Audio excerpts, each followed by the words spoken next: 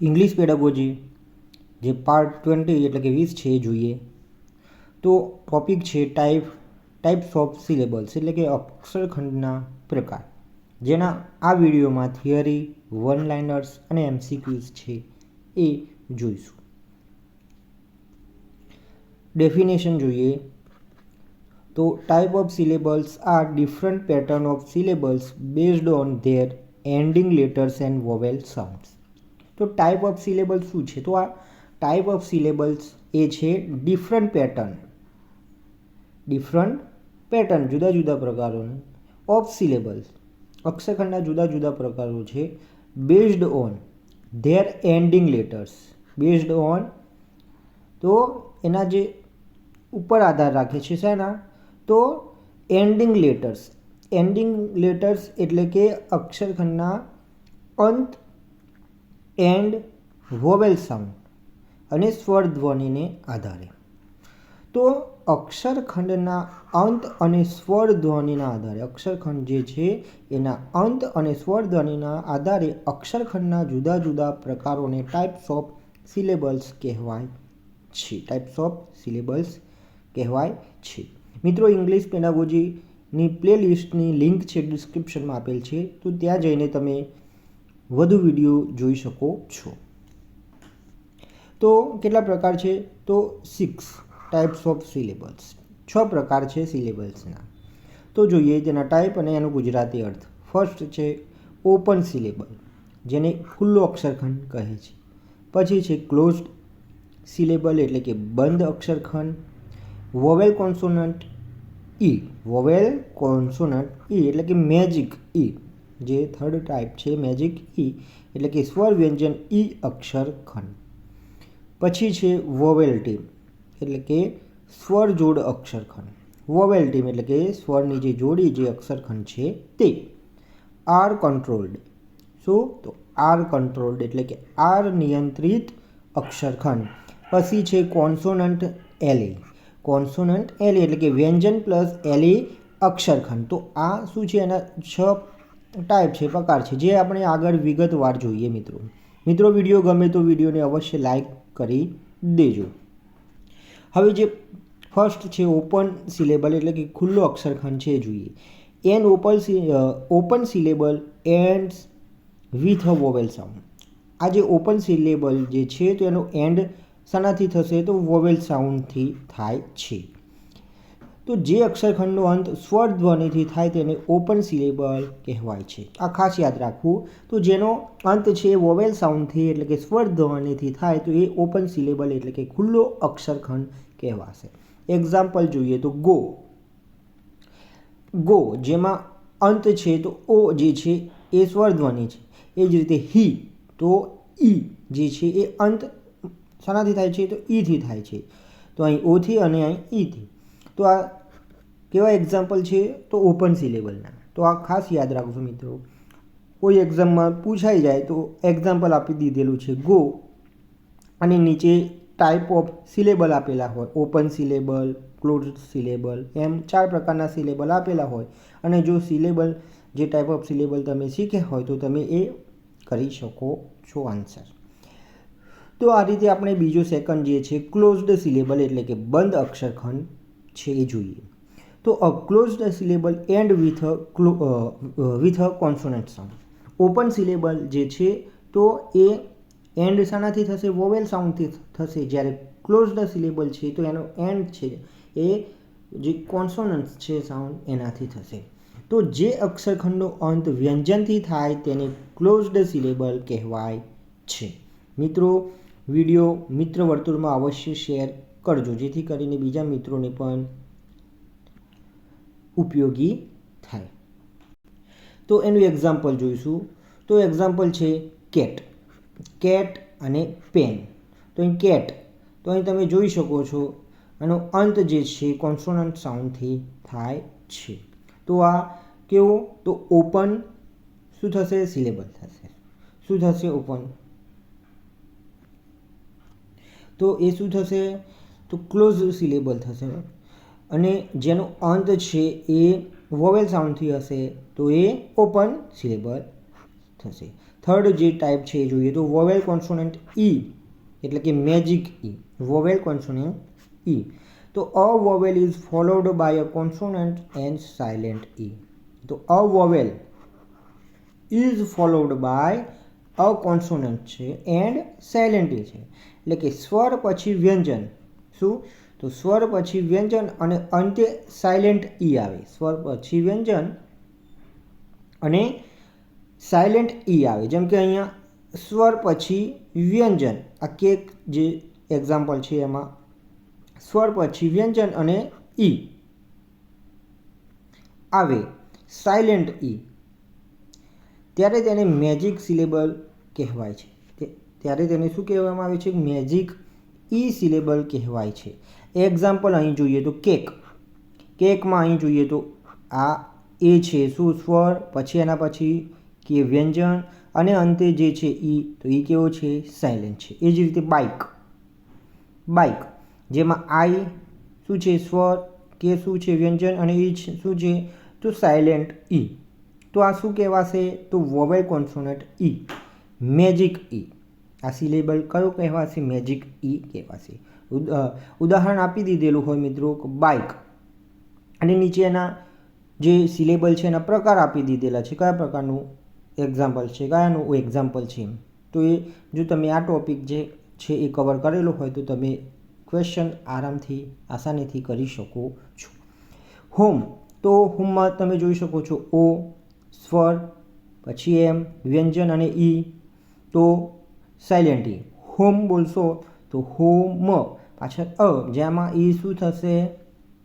Silent થશે. આગળ જોઈએ. ચોથો નંબર છે વોવેલ ટીમ સિલેબલ, સ્વર જોડ અક્ષરખંડ. વોવેલ ટીમ સ્વરની જોડી જે છે એનો લગતો અક્ષરખંડ. તો ટુ વોવેલ એટલે કે બે સ્વર work together to make one vowel sound. Two vowel જે છે એ વર્ક ટુગેધર ભેગા મળીને કામ કરે છે ટુ મેક બનાવવા વન વોવેલ સાઉન્ડ, એક શું? સ્વર ધ્વનિ છે એ બનાવવા માટે.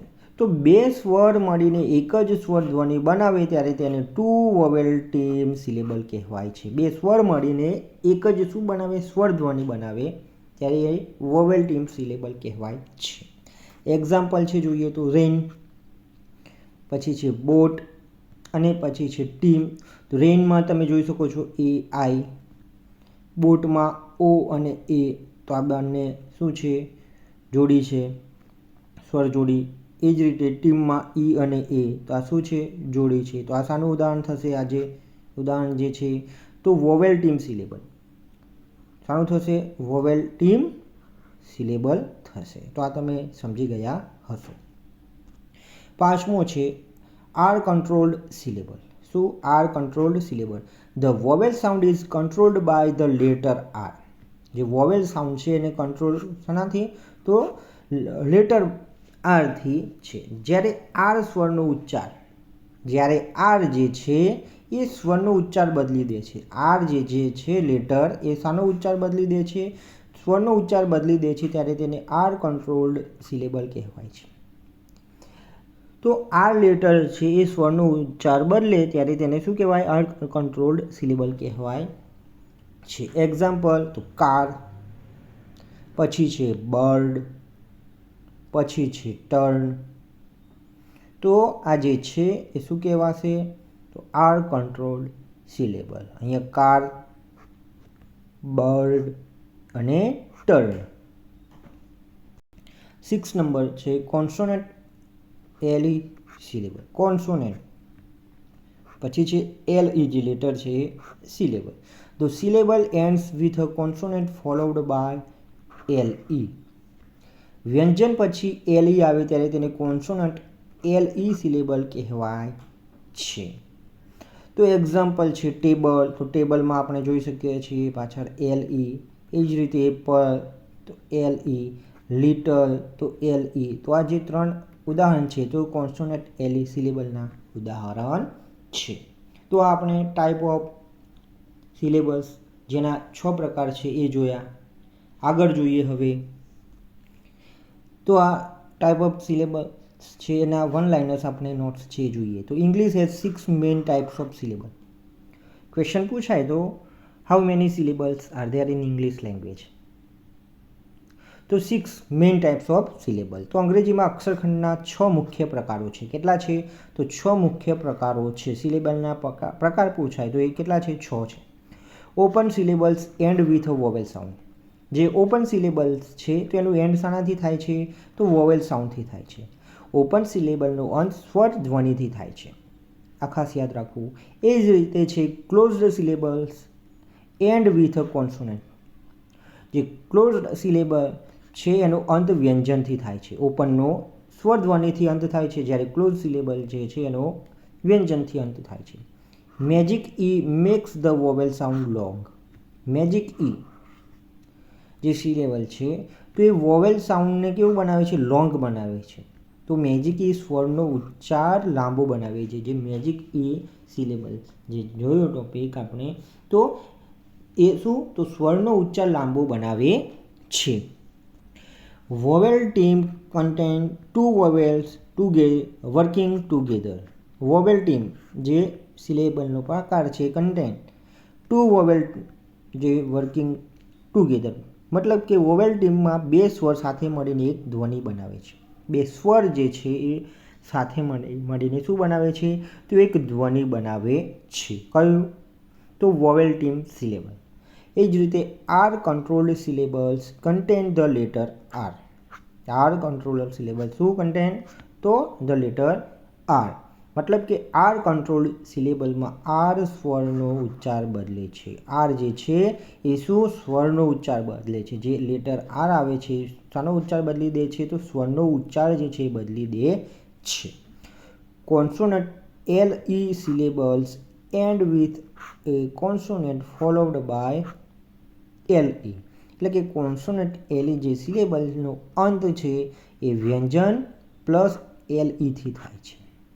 વ્યંજન પ્લસ એલ ઈથી જે હોય તો એ કયું સિલેબલ? તો કોન્સોનન્ટ એલ ઈ સિલેબલ કહેવાશે. MCQs જોઈએ તો how many main types of syllables are there in English? તો કેટલા છે મિત્રો? તો 6 છે. કેટલા છે? 6. તો સી ઓપ્શન છે આવશે. અંગ્રેજીમાં અક્ષરખંડના 6 મુખ્ય પ્રકારો છે. મિત્રો ચેનલ પર નવા હોય તો સબસ્ક્રાઇબ કરી બેલ આઇકન દબાવી દેશો, જેથી નવા વિડીયોની નોટિફિકેશન છે તમને મળી રહે. સેકન્ડ નંબર છે which syllable end with a vowel sound. આ સિલેબલ જે અક્ષરખંડ છે એનો અંત છે એ વોવેલ સાઉન્ડ એટલે કે સ્વર ધ્વનિથી થાય છે. અંત જે છે એ તો કયું આવશે મિત્રો? Option B open syllable. Open સિલેબલનો અંત જે છે વોવેલ સાઉન્ડથી થાય છે. તો ઓપન સિલેબલનો અંત સ્વર ધ્વનિથી થાય છે. થર્ડ નંબર છે which syllable end with a consonant sound. એટલે કે કયા જે અક્ષરખંડ છે એનો અંત જે છે એ વ્યંજન ધ્વનિથી થાય છે. તો કયું આવશે મિત્રો?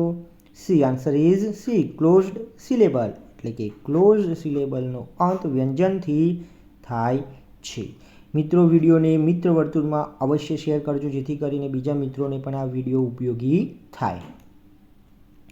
ચોથો નંબર છે which type of syllable contains the letter R. તો કયું આવશે? તો સી આર કંટ્રોલ્ડ સિલેબલ. કયું આવશે? R controlled syllable. તો આર કંટ્રોલ્ડ સિલેબલમાં આર જે છે સ્વરનો ઉચ્ચાર બદલી નાખે છે. જે લેટર આર છે શું કરે છે? સ્વરનો જે ઉચ્ચાર છે પ્રોનાઉન્સિએશન છે એ ચેન્જ કરે છે, બદલી દે છે. પાંચમો નંબર છે which word is an example of a consonant L E syllable. કયું વર્ડ છે જે એક્ઝામ્પલ કોન્સોનન્ટ જે એલ ઈ સિલેબલ છે એનો છે? તો કયું આવશે?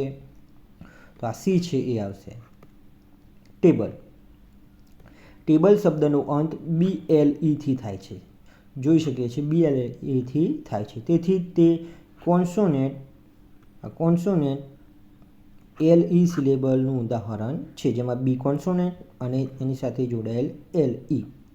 તો મિત્રો જો વિડીયો ગમ્યો હોય તો વિડીયોને અવશ્ય લાઇક કરજો, મિત્ર વર્તુળમાં અવશ્ય શેર કરજો. ચેનલ સબસ્ક્રાઈબ ન કરી હોય તો સબસ્ક્રાઈબ કરી બેલ આઇકન દબાવી દેશો, જેથી નવા વિડીયોની નોટિફિકેશન તમને મળી રહે.